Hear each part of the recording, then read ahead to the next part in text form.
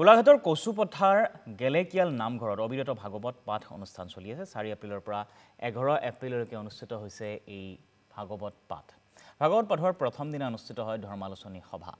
শ্ৰীমদ ভাগৱত আৰু নৱপ্ৰজন্ম নামঘৰৰ প্ৰতি আগ্ৰহিত কৰাৰ সম্পৰ্কে আলোচনা হয়। মুখ্য আলোচক মহাৰা সত্ৰৰ সত্ৰাধিকাৰ গৌতম গোস্বামী তাত উপস্থিত থাকে। আলোচক বিশিষ্ট সাহিত্যিক তথা 2024 বৰ্ষৰ অসম চৰকাৰৰ সাহিত্যিক বঁটা প্ৰাপক পবিত্ৰ বৰবৰা, জ্যেষ্ঠ সাংবাদিক তথা 2024 বৰ্ষৰ আপকু সদস্য মহিয়ান বঁটা প্ৰাপক নবীন গোহাঁই। আলোচনা সভা মহিলাসকলৰ দ্বাৰা পৰিৱেশন কৰা দিহা নামেৰে আৰম্ভ হয়।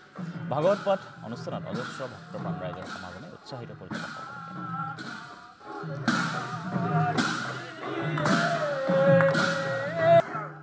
জয় গুৰু শংকৰ সৰ্বগু নাকৰ যাকেৰি নাহিকে পাম তুহাৰী চৰণে ৰেণু শতপতি বাৰে কৰো প্ৰণাম বাৰে কৰো।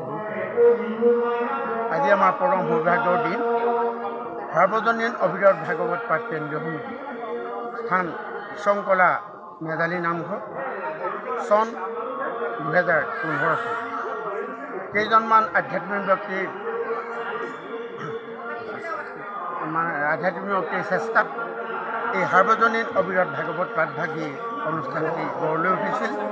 2015 বৰ্ষৰ পৰা একাদিক্ৰমে আজি পৰ্যন্ত আমি 10 বছৰত গৈ